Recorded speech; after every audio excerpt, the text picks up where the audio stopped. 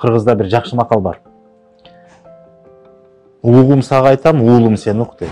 Керегем сага айтам, келиним сен ук дейт.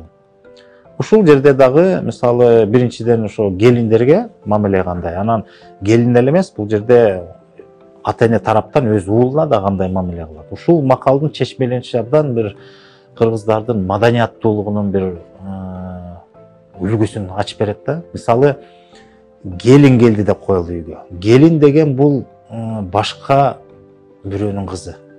Сага бирөө болуп келип атат. Аны багып, төрөп, багып, чоңойтуп, тарбия берип туруп, анан сен өзүңө бирөө алып алгандан кийин бул өтө чоң белек да, мындайча айтканда. Себеби жанагы келин келгенде куш бооң бек болсун деп айтып атат. Куш болуп келип атат. Ошол туурунда кармап калуу, ушул жерден туурун таап, ушул жерде калып калыш үчүн бул жактын жанагы эр кишинин же күйөөсүнүн милдети да. Анан ошо келинди эч убакта кыргыздар илгерки жашоодо дейм да, биздин баягы өзүбүздүн нарктуу жашообузда келинди мынтип кемсинтип же болбосо мындай бир оройлук менен туура эмес, мындай бир басымтуу болгон эмес да.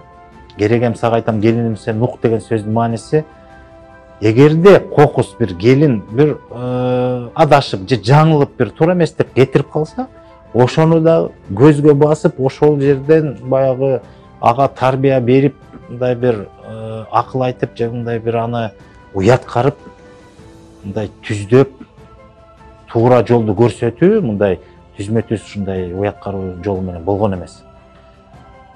Аны жанагы керегем сага айтам деген сөздүн мааниси, ошол келиндин бир туура эместиги болуп калса, же жаңылыштыгы, же адашкандыгы бир болуп калса, бир кичинекей эле болсо дагы, аны ошол чогуу чаран үй бүлөсү чогуу отуруп, ошо келин өзү уккудай кылып туруп, бир үчүнчү жак катары бир окуяны, ошол жагдайга тиешелүү бир окуяны айтып, ошол окуяда ушундай бирөө жаңылган экен, же адашкан экен.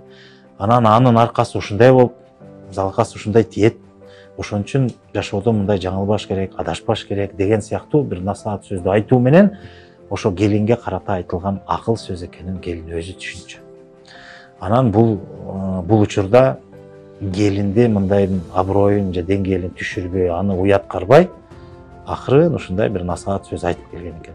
Ошону менен катар ушул эле сөздү башка үй бүлө мүчөлөрү же болбосо ошо келиндин же ушул үйдүн башка балдары, жашыраак балдары болсо, аларга дагы баягы кулагына, кыз бала болсо кулагына сырга, эркектер болсо коңгуроо сыяктуу накыл кеп болуп калат да. Ошентип тарбия берип келген.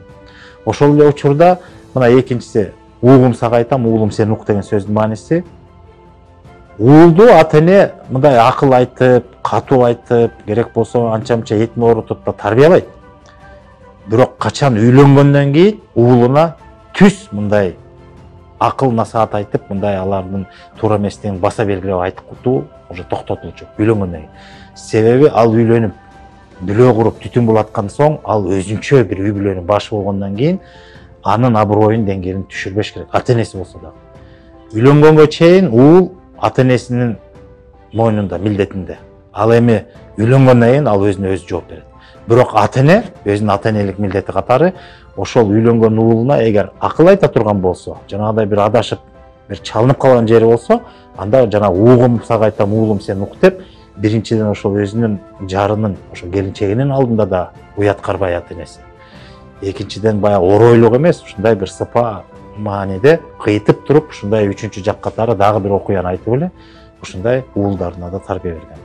Ушунун өзү кыргыздын маданиятынын баягы деңгээлин билсек болот. Жакын адамдарына көңүлүн орутпайын, анын адамдык беделин түшүрбөйүн, анын адамдык аброюн кандай болсо дагы, жаш болсо да ошону түшүрбөй, баягы шагын сындырбай туруп, бирок керектүү учурда жеткиликтүү болуп туруп акыл насаат берип тарбиялап келген.